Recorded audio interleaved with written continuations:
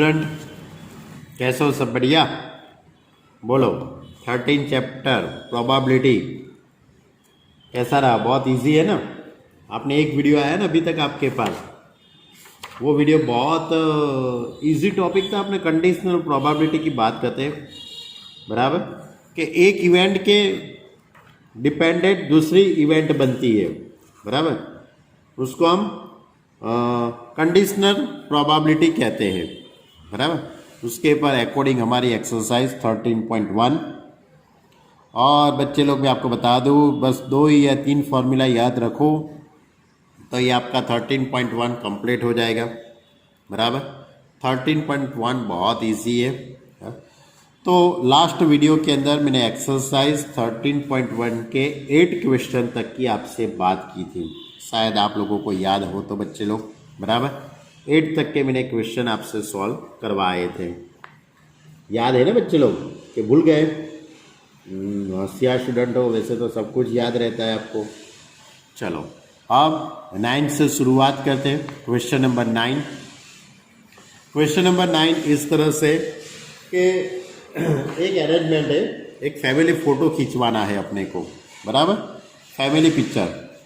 तो mother, father and son, बराबर, family में 3 लोग हैं, mother, father and son. Line up the arrangement, बराबर, रैंडमली अरेंजमेंट करने की है for the family picture. Family picture के लिए इन 3 को आपको एक ही लाइन में खड़ा करना है। तो पहली इवेंट ई है, the sun on one end. Sun होता है वो लास्ट में खड़ा रहता है या तो पहले, end of, on one and F, father is middle, father होते वो मिडल में है। तो P of E upon F find करना है आपको। क्या फाइंड करना है बच्चे लोग? ई अपॉन एफ। तो पहले तो मैं आपको बता दूं कि ये जो प्रैक्टिकल है उसमें मदर को मैंने एम कह दिया है, फादर को एफ एंड सन को एस। तो इसका सैंपल स्पेस कितना होगा? तो हम किस तरह से इसके अरेंजमेंट करते हैं? माना कि पहले मदर को खड़ा कर दो, उसके बाद फादर एंड सन, पहले मदर उसके बाद सन और फादर को इंटरचेंज कर दो, पहले फादर को खड़ा कर दो उसके बाद मदर एंड सन, पहले फादर तो सन एंड मदर, पहले सन खड़ा हो जाता है तो father and mother and father. तो इस तरह से ये तीनों लोगों को आपको इस तरह से अरेंजमेंट कर सकते हो। तो टोटल अरेंजमेंट कितनी हो सकती है? 6 तरीके हो सकते हैं, बराबर। वैसे तो आपको परम्यूटेशन का भी चैप्टर मालूम है। 3 पर्सन को आपको एक ही लाइन में खड़ा करना है तो उसके लिए 3 फैक्टोरियल होता है। 3 फैक्टोरियल का आंसर 6 आता है। इस तरह से भी सोच सकते हो, लेकिन आप इस तरह से ही सोचना क्योंकि आपको एफ और ई के बारे में लिखना है। अब ई के अंदर कौन से आएंगे element? E is the sun on one end. Son last में होना चाहिए या तो पहले होना चाहिए। तो mother father son, father mother son, या तो son father mother, son mother father, यानी एम एफ एस, यानी कि ये 4 एलिमेंट आ सकते हैं। अब एफ के अंदर क्या आएगा? एफ में क्या लिखा है? फादर इज मिडल, फादर को मिडल में लाना है। Father in middle, is middle नहीं हो, sorry student, father in middle. तो एम एफ एस या तो एस एफ एम हो सकता है। फादर मिडल में खड़ा हो जाए तो मदर एंड सन या तो सन एंड मदर, यानी ये 2 एलिमेंट हो सकते हैं एफ में।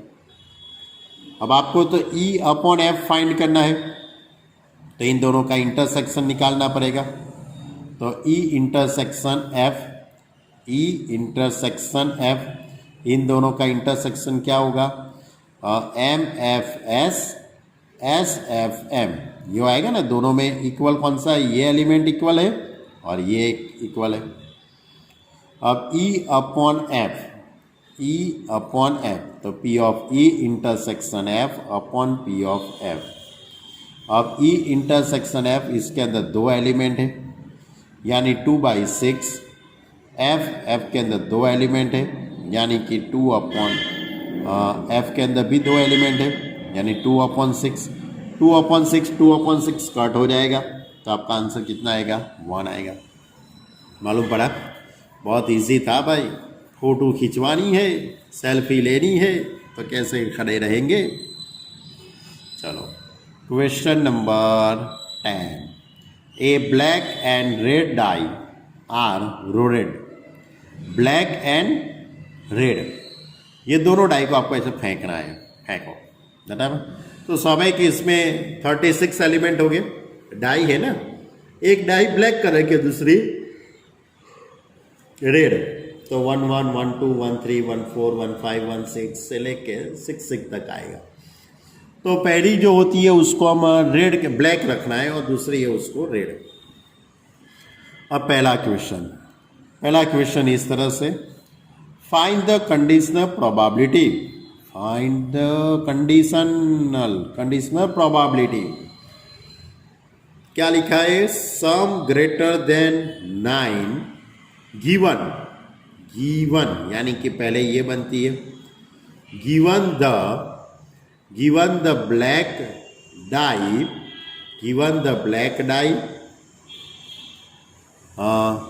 resulted in a 5। यानी कि आपको क्या करना है कि रेड जो डाई है सम ऑफ ग्रेटर देन 9, यानी तो पहले तो 9 एडिशन होना चाहिए, दोनों पर के डाई के जो नंबर है उसका एडिशन कितना होना चाहिए, 9। Given that the black die is resulted in a 5, और रेड डाई उसके ऊपर 5 आना चाहिए। तो सबसे पहले तो आपने S बराबर लिखेंगे, S इज इक्वल टू पहले ब्लैक डाई उसके बाद रेड है, यानी 1 2 3 यानी कि 36 एलिमेंट हो गए। अब N is equal to 36, let event, पहली इवेंट A, क्या करना है 5R, R is equal to 1 2 3 4 5 6, यानी कि ब्लैक डाई है, given that the black die result in a 5, यानी ब्लैक डाई पे 5 आना चाहिए, तो रेड पे कुछ भी आ सकता है, यानी 5R। गिवन दैट यानी ये सबसे पहले बनेगी, उसके अकॉर्डिंग आपको कौन सी इवेंट बनेगी, बी में क्या लिखा है, सम ग्रेटर देन 9, यानी कि एडिशन 9 से ज़्यादा होना चाहिए, तो 4 6 आ सकता है, 5 5 आ सकता है, 5 6 6 5 और 6 4 बराबर, और 6 6, इतने एलिमेंट में इसका एडिशन 5 से ज़्यादा है। अब अच्छी तरह से बच्चों लोग आपको समझना है कि सबसे पहले कौन सी इवेंट बनती है, गिवन दैट, ये वर्ड्स पे अच्छी तरह से ध्यान रखना है, given that black dye in result 5, यानी कि पहले ए इवेंट बनती है, उसके अकॉर्डिंग बी इवेंट बनती है, यानी B upon A, that is P of A intersection B upon P of A. तो P of A intersection B, यानी कि इन दोनों का इंटरसेक्शन क्या होगा, इसमें क्या आएगा 5 1 5 2 5 3 5 4 5 5 5 6, इसमें 4 6 5 5 5 6, यानी कि 5 5 5 6, ये दो एलिमेंट आएंगे, ये दो एलिमेंट दोनों में होंगे। तो P of A intersection B के अंदर दो एलिमेंट हुए, टोटल 36, 2 अपॉन 36, और पी ऑफ ए के अंदर 6 एलिमेंट है, 6 अपॉन 36, 36 कट, 2/6 यानी 1/3। चलो अब इसके अंदर ही दूसरा क्वेश्चन है बच्चे लोग, find the conditional probability and obtain the sum 8 given that red die result in a number less than 4, यानी सबसे पहले कौन सी इवेंट में गिवन दैट क्या दिया गया है कि रेड डाई पे बराबर, कौन सी डाई है दिखाई नहीं, ध्यान, रेड डाई बराबर, रेड डाई पे रिजल्ट क्या आना चाहिए, लेस देन 4, यानी कि ई इज इक्वल टू, तो रेड डाई है उसके पर आपका रिजल्ट 1 2 3 यानी कि 4 से छोटा, और बी में तो कुछ भी आ सकता है ब्लैक डाई में, तो E is equal to B R such that 1 2 3 4 5 6 यानी 1 1 1 2 1 3 2 1 2 2 2 3 3 1 3 2 3 3 4 1 4 2 4 3 5 1 5 2 5 3 6 1 6 2 6 3। ये पहली इवेंट बनती है। उसके अकॉर्डिंग दूसरी क्या बनती है, सम ऑफ 8, यानी आपको इसकी प्रोबेबिलिटी निकालनी है। तो 2 6 आ सकता है, 3 5 आ सकता है, 4 4 आ सकता है, 5 3 आ सकता है और 6 2 आ सकता है, बराबर। तो ई इंटरसेक्शन एफ, अब सोच लीजिए आप इन दोनों का इंटरसेक्शन क्या होगा। तो 2 6 3 5 4 4, ये 5 3 आएगा ओनली और 6 2 आएगा, ये दो आएंगे, बराबर। E intersection F 5 3 6 2, E upon F निकालना है। तो P of E intersection F upon P of F.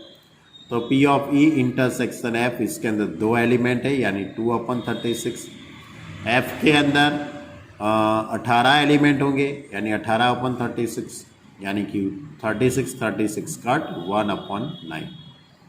चलो अब question number 11। A fair die is rotated, right? A fair die is rotated. Consider event given E is equal to 135, F is equal to 2 3 and G is equal to 2 3 4 5. Find first P of E upon F and P of F upon E. P of E upon F and P of F upon E, ये find करना है आपको। तो ई upon F निकालना हो या तो F upon ई निकालना हो, तो इसके लिए आपको ई इंटरसेक्शन एफ तो निकालना ही पड़ेगा। अब ई के अंदर 1 3 5 है, एफ में 2 3 है, तो इन दोनों का इंटरसेक्शन क्या होगा, 3 आ जाएगा। तो इसकी प्रोबेबिलिटी क्या हो जाएगी, 1/6 हो जाएगी। पी ऑफ ई की प्रोबेबिलिटी कितनी होगी, इसमें 3 एलिमेंट है यानी 3/6। पी ऑफ एफ की प्रोबेबिलिटी क्या हो जाएगी, 2 एलिमेंट है यानी 2/6 हो जाएगा। अब आपको तो P of E upon F, that is a P of E intersection F upon P of F. तो P of E intersection F that is a 1/6, P of F is equal to 2/6। तो 1/6 upon 2/6, 6 6 cut हो जाएगा तो 1/2। चलो अब P of F upon E निकालना है, तो इन दोनों का इंटरसेक्शन यानी P of E intersection F upon P of E। अब E intersection F that is 1/6 और अपॉन में P ऑफ E है, तो इसकी प्रोबेबिलिटी है आपके पास 3/6, कट कर दिया तो 1/3 आंसर आ गया, बराबर। तो ये क्वेश्चन नंबर 11 का पहला क्वेश्चन है। अब इसके अंदर दूसरा क्वेश्चन इस तरह से, P of F upon G and P of G upon E। तो E अपॉन G, तो E इंटरसेक्शन G तो 2/6, क्योंकि E और G के अंदर कॉमन एलिमेंट 2 ही होंगे। P ऑफ G की होगी probability 4/6। E upon G is equal to P of E intersection G upon P of G, 2/6 और G की होगी 4/6 यानी 1/2। G अपॉन E, तो E intersection G upon P of E। E intersection G is the 2/6 और P of E की probability आपके पास अभी मैंने निकाली थी यहाँ पे 3/6, तो 6 6 कट हो जाएगा 2/3। अब उसके आगे थर्ड नंबर का, P of E union F by G and E intersection F by G। E union F by G यानी कि आपको पहले तो इन दोनों का यूनियन और इन दोनों का इंटरसेक्शन, बराबर। तो P of E union F upon G, तो मैं इसके लिए ऐसा लिख सकता हूँ, ये E intersection G union F intersection G लिख सकता हूँ ना, डिस्ट्रीब्यूटिव लो, यूनियन का और इंटरसेक्शन का। डिस्ट्रीब्यूटिव लॉ अप्लाई कर दिया मैंने, क्योंकि इन दोनों का इंटरसेक्शन ऊपर आएगा, अपॉन में पी ऑफ जी आएगा। अब बीच में यूनियन है, तो P of E intersection G plus P of E intersection G minus P of E intersection F intersection G, लिख सकते हैं ना। E intersection G plus F intersection G minus P of E intersection F intersection G upon में P of G as it is. अब E intersection जी, उसके अंदर दो element है, तो इसकी प्रोबेबिलिटी 2/6। एफ इंटरसेक्शन जी, एफ इंटरसेक्शन जी, इसके अंदर भी दो एलिमेंट है, ये रहा, इसमें भी दो ही है, यानी 2/6। और तीनों में कॉमन कौन है? ई इंटरसेक्शन एफ इंटरसेक्शन जी, तो इसमें 3 आएगा, उसकी प्रोबेबिलिटी 1/6। और पी ऑफ जी की प्रोबेबिलिटी क्या हो जाएगी बच्चे लोग? जी के अंदर 4 एलिमेंट है, 4 एलिमेंट है, यानी कि 4/6। 6 एलसीएम आ जाएगा, 2 + 2 4 - 1 यानी 3/4। क्लियर? अब दूसरा क्वेश्चन है ई इंटरसेक्शन एफ अपॉन जी, यानी कि इन दोनों का इंटरसेक्शन ऊपर आएगा, तो इन दोनों का इंटरसेक्शन के अंदर एक ही एलिमेंट है, यानी इसकी प्रोबेबिलिटी 1/3 होगी, 1/6। और पी ऑफ जी की प्रोबेबिलिटी 4/6। तो E intersection F intersection C upon P of G, तो इसकी प्रोबेबिलिटी होगी 1/6 और इसकी प्रोबेबिलिटी होगी 4/6। 6 6 काट तो 1/4। क्लियर? बहुत अच्छा क्वेश्चन था बच्चे लोग, ध्यान रखना। चलो अब question number 12। Assume that each born child is equally likely to be a girl or a boy। मतलब एक एज्यूम करना है आपको, 2 चिल्ड्रन के बारे में सोचना है, बॉयज एंड गर्ल्स, बराबर। If a family has 2 children, what is the condition probability? What is the condition probability that both are girls, given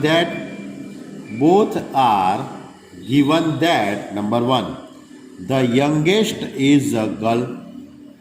बच्चों क्या करना है आपको? कंडीशन प्रोबेबिलिटी निकालनी है। कंडीशन प्रोबेबिलिटी निकालनी है किसकी? The both are girls given that, यानी कि दोनों लड़कियां हो, उसकी प्रोबेबिलिटी निकालनी है।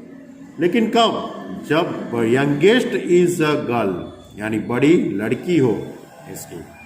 तो पहले तो सैंपल स्पेस में क्या आएगा? Boys boys, B B, boys girls, girls boys और दोनों गर्ल्स, यानी पहले लड़का हो दूसरे बाद भी लड़का, पहले लड़का हुआ दूसरे बाद लड़की हुई, पहली लड़की हुई दूसरे बाद लड़का और दोनों लड़कियां हुई, बराबर।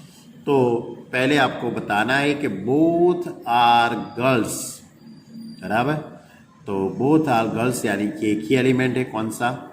जी G. Given that youngest is a girl, यानी गर्ल बड़ी होनी चाहिए, बराबर। तो ऐसे कौन से एलिमेंट हो सकते हैं? तो ये 2 एलिमेंट हो सकते हैं, बी जी और G G, right. Youngest is a girl, या सॉरी यंगेस्ट लिखा है तो इसका मीनिंग होगा गर्ल बाद में होनी चाहिए, छोटी होनी चाहिए, छोटी। तो बी जी और जी जी ये 2 एलिमेंट आएंगे। अब इन दोनों का इंटरसेक्शन क्या होगा? G G. P of A intersection B यानी 1/4। पी ऑफ बी की प्रोबेबिलिटी क्या होगी? 2/4। अब आपको क्या फाइंड करना है बच्चे लोग? P of A upon B, यानी कि the youngest is a given girl, it is given that, यानी वो अपॉन में आएगा। और प्रोबेबिलिटी फाइंड करनी है, condition probability find that both are girl, यानी कि ए इवेंट ऊपर होगी। P of A upon B आपको फाइंड करना है, P of A intersection B upon P of B. P of A intersection B उसकी प्रोबेबिलिटी 1/4, पी ऑफ बी की होगी 2/4, 4 4 कट यानी 1/2। क्लियर, मालूम पड़ा बच्चे लोग आपको। अब इसमें ही दूसरा क्वेश्चन है, at least one is a girl. पहले कौन सी इवेंट बनती है, पहले कौन सी इवेंट बनती है, at least one is a girl. At least one girl तो होनी ही चाहिए, बराबर। उसके अकॉर्डिंग, इसके अकॉर्डिंग दोनों लड़कियां हो, उसकी प्रोबेबिलिटी क्या है। तो एटलीस्ट वन गर्ल होनी चाहिए, यानी कि जी बी जी हो सकती है, बॉयज़ गर्ल हो सकता है, या दोनों लड़कियां हो सकती है। और ए, ये तो आपको फाइंड करना है, जी जी दोनों लड़कियां हो, उसकी प्रोबेबिलिटी आपको फाइंड करनी है। इन दोनों का इंटरसेक्शन जी जी होगा, P of A intersection G एक ही है यानी 1/4, A upon C that is P of A intersection C upon P of C. A intersection C यानी 1/4 और पी ऑफ सी की प्रोबेबिलिटी क्या होगी 3/4, क्योंकि 3 एलिमेंट है, 4 4 कट हो जाएगा तो 1/3। क्लियर, मालूम पड़ा। यानी कि इसके अंदर 2 क्वेश्चन थे। क्वेश्चन के अंदर आपको दोनों लड़की हो उसकी ही प्रोबेबिलिटी निकालनी है, लेकिन उससे पहले बनने वाली जो इवेंट है वो अलग अलग थी, दोनों में अलग अलग। चलो अब question number 13। A instructor as a question bank,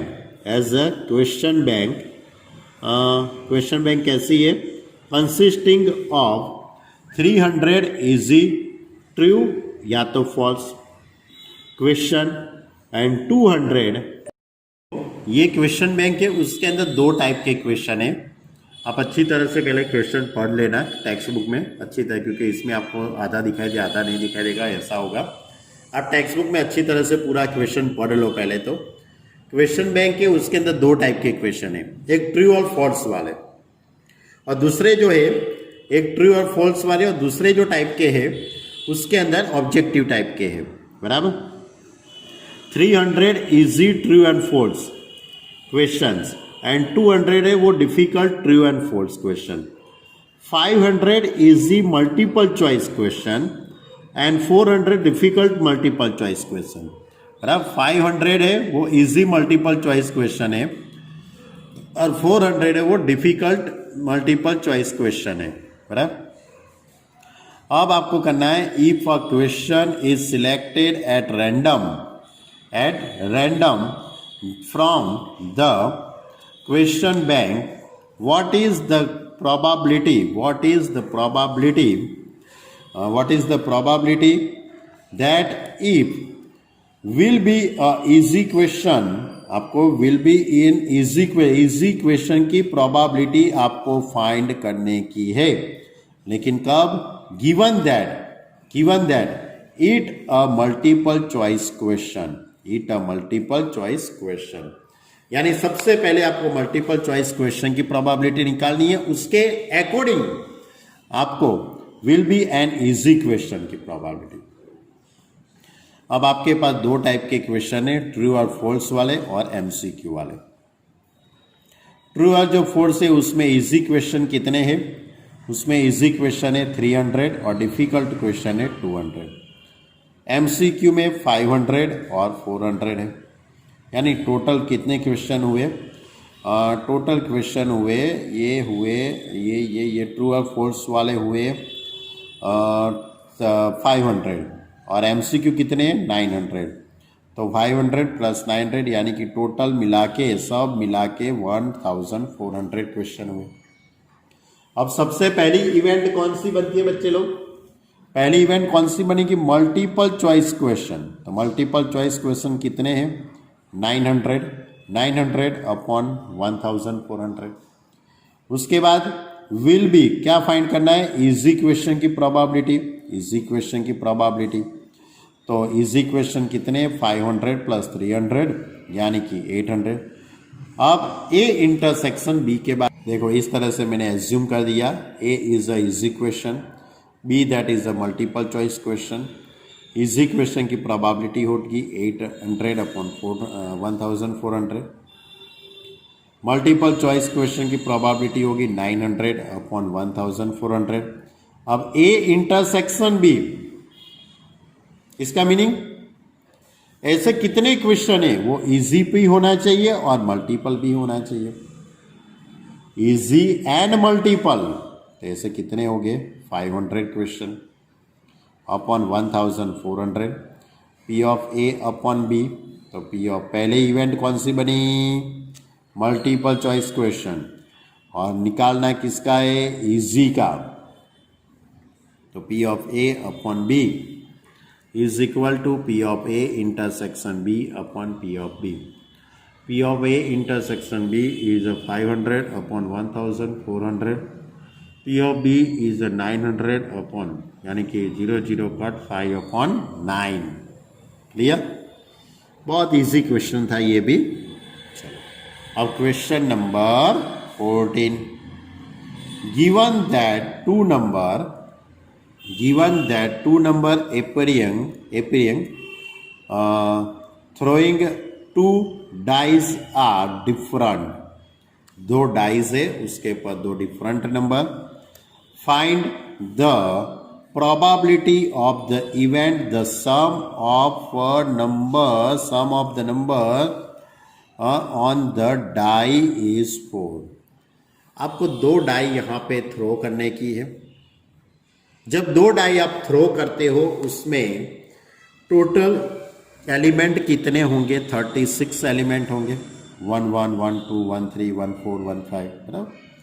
अब सबसे पहली इवेंट कौन सी बनती है, गिवन दैट, बराबर लिखा है ना, given that probability the sum of, इसकी प्रोबेबिलिटी आपको फाइंड करने की है।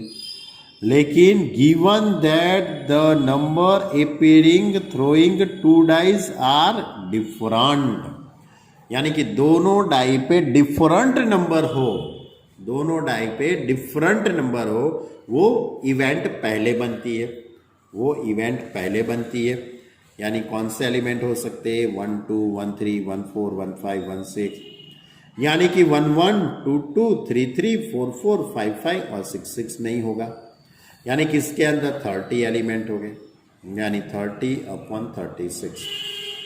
पी ऑफ बी 1 3 2 2 3 1, क्योंकि इसका एडिशन कितना होता है 4, तो इसकी प्रोबेबिलिटी क्या हो जाएगी 3 अपॉन 36। इन दोनों का इंटरसेक्शन ए इंटरसेक्शन बी, इसके अंदर 1 3 और 3 1 दोनों एलिमेंट इक्वल हो गए। अब इसकी प्रोबेबिलिटी क्या होगी 2 upon 36। P of B upon A, पहली इवेंट ए बनती है उसके बाद बी इवेंट बनती है, B upon A is equal to P of A intersection B upon P of A. तो P of A intersection B that is 2/36, P of A is equal to 30 upon 36 यानी 1 upon 15। Clear, तो ये था हमारा question number 14। Question number 14 में मालूम पड़ा बच्चे लोग, ये इसमें क्या है कि आपको सेंटेंस अच्छी तरह से देखना है। कोई भी सम के अंदर आपको सबसे पहले ये देखना है कि पहली इवेंट कौन सी बनती है, उसके बाद आपको सोचना है कि दूसरी इवेंट कौन सी है। पहले जो बनती है वो अपॉन में आती है, दूसरी जो इवेंट होती है वो ऊपर आती है। चलो अब question number 15। Consider the experiment of throwing a die, बराबर, of multiple of 3 comes up, throw the die again. क्या लिखा है, if multiple of 3 comes up, यानी कि 3 के मल्टीपल में आता है तो आपको डाइस को दूसरी बार उछालना है, थ्रो करना है। If any other number comes, यानी कि कोई दूसरा कोई नंबर आता है, दूसरा कोई नंबर यानी 1 2 4 5, 1 2 4 5 आता है तो आपको क्या करना है, टॉस ए कॉइन, क्या करना है, कॉइन को टॉस करना है। पहले आप एक्सपेरिमेंट अच्छी तरह से समझो बच्चे लोग। यदि 1 2 आप डाई थ्रो करते हो, डाई थ्रो करने से यदि आपको 3 और 6 आता है तो आपको क्या करना है, डाई को दूसरी बार आपको थ्रो करना है इस तरह से। और यदि कोई दूसरे कोई नंबर आता है 1 2 4 5 आता है तो आपको टॉस को थ्रो करना है, बराबर। यानी 3 1 3 2 3 3 3 4 3 5 3 6 6 1 6 2 6 3 6 4 6 3 1H 1T 2H 2T 4H 4T 5H 5T, यानी कि टोटल कितने एलिमेंट बन सकते हैं, 20 एलिमेंट बन सके। सोचो, ये 12 और ये हो जाएंगे, कितने हो जाएंगे, 1H 1 2 2, यानी कि ये भी 8 हो गए एलिमेंट, यानी कि 12 + 8 यानी कि 20 एलिमेंट होंगे। क्लियर। अब आपको किसकी प्रोबेबिलिटी निकालनी है बच्चे लोग, सॉरी स्टूडेंट।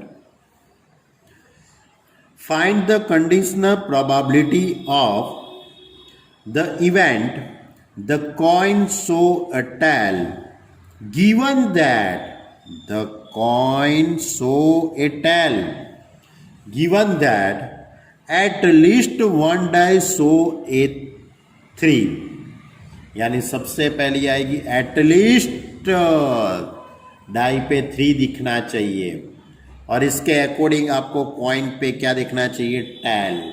उसकी प्रोबेबिलिटी निकाल, आपको इसकी प्रोबेबिलिटी निकालनी हो, एक the coin show a tail, इसकी प्रोबेबिलिटी निकालनी है। गिवन दैट, लेकिन कब, जब एटलीस्ट 1 डाई शो 3। मैंने इस तरह से आपको समझाने का प्रयत्न किया है, यानी एस के अंदर यानी सैंपल स्पेस इस तरह से होगा, पूरा सैंपल स्पेस मैंने लिखा है, क्योंकि सैंपल स्पेस लिखेंगे तभी तो आपको मालूम पड़ेगा बच्चे लोग। n = 20। अब ए के अंदर कौन सी आएगी, 1T 2T 4T, यानी कि ये कौन सी है, जब T आता है वो, यानी P of A = 4/20। अब आपको किसकी प्रोबेबिलिटी फाइंड करने की है, किसकी प्रोबेबिलिटी फाइंड करने, एटलीस्ट 3 आना चाहिए। 3 1 3 2 3 3 3 4 3 5 3 6 एंड 6 3, यानी कि 7 एलिमेंट होंगे, यानी P of B = 7/20। अब इन दोनों का इंटरसेक्शन सोचिए बच्चे लोग, इन दोनों के इंटरसेक्शन में कुछ भी नहीं आता है, इन दोनों के इंटरसेक्शन में कुछ भी नहीं आता है, यानी कि उसकी प्रोबेबिलिटी 0 हुई। अब आपको क्या फाइंड करना है, गिवन दैट क्या दिया गया था, एटलीस्ट 3 आना चाहिए, वो अपॉन में आएगा। और किसकी प्रोबेबिलिटी निकालनी है, T आए वो, यानी P of A/B, तो P of A intersection B/P of B, यानी 0/7/10, यानी कि 0। क्लियर बच्चे लोग, बोलो। ये थी हमारी एक्सरसाइज 13.1 का क्वेश्चन नंबर 1 to 15, और लास्ट के अंदर 2 MCQ दिए गए हैं। पहला MCQ है, if P of A = 1/2, P of B = 0, then P of A/B is कितना होगा। तो आपको P of A/B निकालना है बच्चे लोग। तो P of A/B की formula A intersection B/P of B होगा, लेकिन P of B तो 0 है बच्चे लोग। P of B 0 होगा तो इसका मीनिंग ये हुआ P of A intersection B/0। तो अपॉन में 0 आएगा तो इसकी प्रोबेबिलिटी कैसी हो जाएगी, अनडिफाइन हो जाएगी बच्चे लोग, यानी नॉट डिफाइन।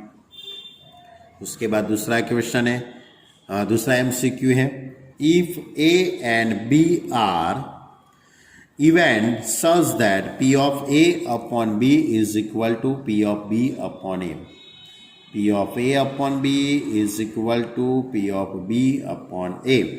चलो P of A/B, तो उसकी फॉर्मूला क्या लिखेंगे, P of A intersection B upon P of B is equal to P of A intersection B upon P of A। Clear? दोनों की मैंने फॉर्मूला लिख दी। अब P of A upon B, P of A upon B cut हो जाएगा तो P of A is equal to P of B। यानी कि आपका डी ऑप्शन है, शायद क्वेश्चन के अंदर आप देखेंगे तो मालूम पड़ेगा, टेक्स्ट बुक में देखेंगे तो P of A is equal to P of B। तो ये थी हमारी एक्सरसाइज 13.1 बराबर। तो बच्चे लोग, मैं ऐसा सोच रहा हूँ कि आपको 13.1 मालूम पड़ा होगा। हमारे चैप्टर के अंदर 2-3 टॉपिक का ही अपने को स्टडी करना है, उसमें ये सबसे पहला जो टॉपिक था वो कंप्लीट हो गया। ओके स्टूडेंट, अच्छी तरह से तैयारी करना, अच्छी तरह से प्रिपरेशन करना, पहले क्वेश्चन को अच्छी तरह से रीड करना, क्वेश्चन अच्छी तरह से रीड करो और गिवन दैट, ये वर्ड्स पे बहुत ध्यान रखना, गिवन दैट, और जो प्रोबेबिलिटी, जो इवेंट की प्रोबेबिलिटी निकालनी है वो ऊपर आएगी और गिवन दैट वाली जो प्रोबेबिलिटी है वो अपॉन में आएगी। बस ये इतना ध्यान रखना, बाकी सभी सम बहुत इजी है, एक ही फॉर्मूला से सभी सम होते हैं। यदि नहीं मालूम पड़ता है तो हम लाइव लेक्चर में मिलेंगे, तब मैं आपको ऐसा होगा तो थोड़ी हिंट दे दूंगा तो ज़्यादा मालूम पड़ जाएगा। ओके स्टूडेंट, अपना ख्याल रखना, अपने परिवार का भी ख्याल रखना और अच्छी तरह से मेहनत करना बच्चे लोग, बराबर, और होमवर्क भी अच्छी तरह से करना। Okay student, bye.